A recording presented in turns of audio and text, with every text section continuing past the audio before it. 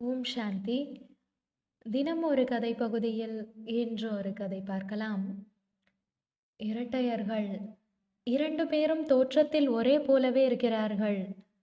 அதில் ஒருத்தர் ராஜாவுக்கு மந்திரியாகிவிட்டார், நிறைய பெயர் புகழோடு இருக்கிறார்.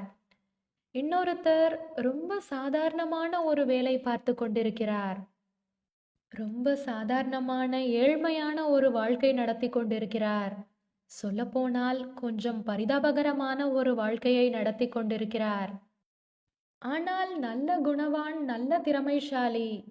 ஆனாலும் ஒரு பரிதாபகரமான வாழ்க்கையை வாழ்ந்து கொண்டிருக்கிறார். இவருக்கு சமமான திறமையும் குணமும் கொண்ட அவருடைய அண்ணன் எப்படி இருக்கிறார் என்றால், ராஜபோகத்தில் வாழ்ந்து கொண்டிருக்கிறார்.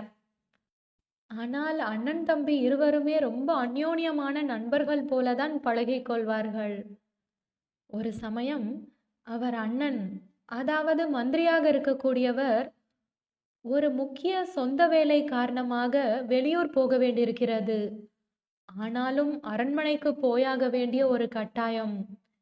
அப்போது அவர் தன்னுடைய தம்பியிடம் கேட்கிறார், எனக்காக நீ இன்று என் ஆடைகளை அணிந்து அரண்மனைக்கு சென்று விடு. என்னுடைய இந்த சொந்த அலுவல்களை முடித்துவிட்டு நான் வந்து விடுகிறேன் என்று சொல்கிறார். ஐயையோ, என்னால் முடியவே முடியாது. அரசவைக்குள் நுழைவதற்கே எனக்கு பயம். அதுவும் அரசாங்க அதிகாரிகளை எல்லாம் பார்ப்பதற்கு எனக்கு ரொம்ப ரொம்ப பயம். ஒருவேளை அரசரையே சந்திக்க நேரிட்டால் நான் நடுங்கி விடுவேன். என்னால் முடியாது என்று சொல்கிறார். இல்லை, என் உயிர் பிரச்சனை இது. நான் இன்று கட்டாயம் போயே ஆக வேண்டும். அதை நான் தடுக்க முடியாது. அரசரும் எனக்கு இன்று விடுப்பு தரக்கூடிய மனநிலையில் இல்லை. நான் உனக்கு எல்லாவற்றையும் சொல்லிக் கொடுத்து விடுகிறேன். நான் அங்கு சென்றால் என்ன செய்வேன் என்று எல்லாமே சொல்லிக் கொடுத்து விடுகிறேன். உனக்கு ஒரு சிரமமும் இருக்காது. தயவு செய்து எனக்காக நீ இந்த ஒரு உதவி மட்டும் செய்துவிடு. நான் வாழ்நாள் முழுவதும் உனக்கு நன்றி கடன் பட்டிருப்பேன் என்று ரொம்ப கெஞ்சி கேட்கிறார். அண்ணன் கெஞ்சி கேட்கிறாரே என்பதற்காக இவரும் மனதை ஓரளவிற்கு தேத்திக் கொண்டு அந்த அரசாங்க நடைமுறைகளை எல்லாம் தெரிந்து கொள்கிறார்.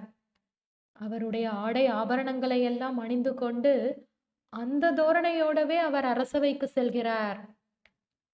போன நேரம் அரசர் அவரை அழைத்து, இன்று வெளிநாட்டிலிருந்து சில வியாபாரிகள் வந்திருக்கிறார்கள். ஒரு முக்கியமான வியாபாரத்தை பேசி முடிக்க வேண்டியிருக்கிறது. நீ இதை பேசி முடித்துவிடு. நான் இன்னொரு பயணத்திற்கு செல்கிறேன் என்று சொல்லி பொறுப்பை விட்டு சென்று விட்டார். இவருக்கு பயம். வெளிநாட்டிலிருந்து ஒரு பெரிய வியாபார ஒப்பந்தம். இது பல கோடி பொண்ணுக்கு சமமான வியாபாரம். இதில் நாம் ஏதாவது தவறு செய்து விட்டோம் என்றால் அரசாங்கத்திற்கு கோடிக்கணக்கில் நஷ்டமாகிவிடும். இதை நான் எப்படி சரி செய்ய முடியும் என்று உள்ளுக்குள் ஒரு பதட்டம். இருந்தாலும் அவர் அணிந்திருக்கும் அந்த ஆடை ஆபரணங்கள், அண்ணன் மீது இருக்கக்கூடிய அந்த அன்பு, அண்ணனை காப்பாற்ற வேண்டும் என்ற அந்த அக்கறை, அவர் தன்னுடைய அச்சத்தை, வெட்கத்தை எல்லாம் உதறி தள்ளிவிட்டு அந்த கம்பீரத்தோடு அந்த வியாபாரிகளை சந்தித்து உண்மை நிலவரங்களை எல்லாம் கேட்டு தெரிந்து ஒரு சரியான முடிவெடுக்கிறார்.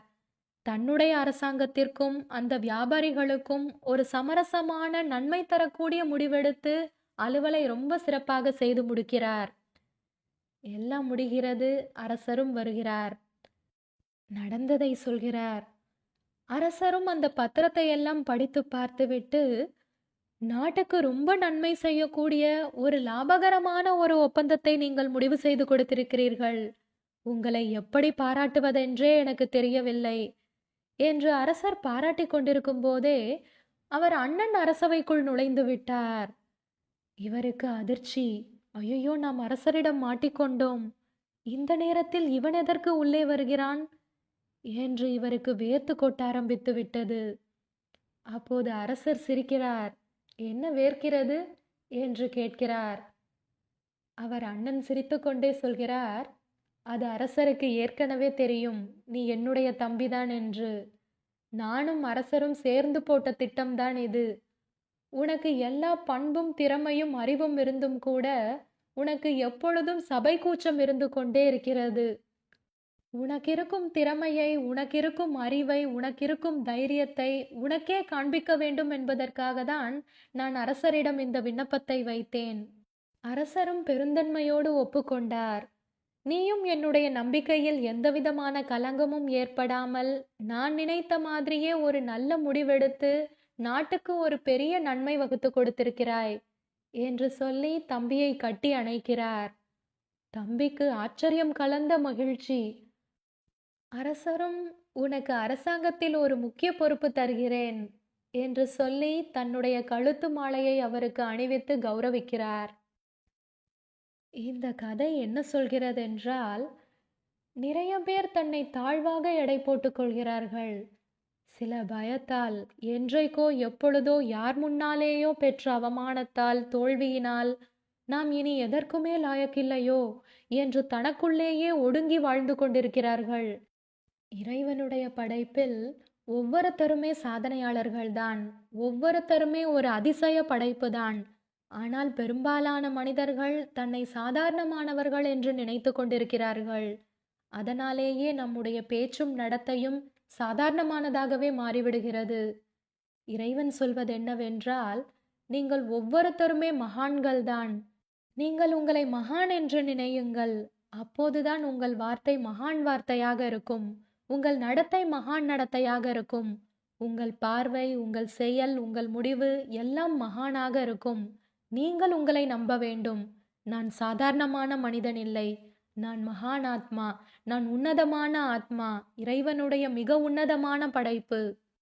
உங்களை நீங்கள் நம்பவில்லை என்றால், உங்களுக்குள் தைரியம் வரவில்லை என்றால், இறைவனுடைய உதவியை நாம் எதிர்பார்க்க முடியாது. அதனால் நாம் நமக்குள் இருக்கக்கூடிய அந்த மகான் தன்மையை வெளிப்படைய வைக்க வேண்டும் என்றால், நான் மகான் என்பதை திரும்ப திரும்ப ஞாபகப்படுத்திக் கொண்டே இருக்க வேண்டும். விதை ஏற்கனவே இருக்கிறது. இப்போது தண்ணீர் மட்டும்தான் தேவை. அந்த நினைவுதான் தண்ணீர். நான் மகான் ஆத்மா, புண்ணிய ஆத்மா, சிரேஷ்ட ஆத்மா. இதை நினைவுபடுத்திக் கொண்டே இருங்கள். உள்ளபூர்வமாக உணர்ந்து பாருங்கள். உணர்ந்து நினைவுபடுத்துங்கள். உங்களுக்குள் இருக்கும் சக்திகள் வெளிப்படும். ஓம் சாந்தி.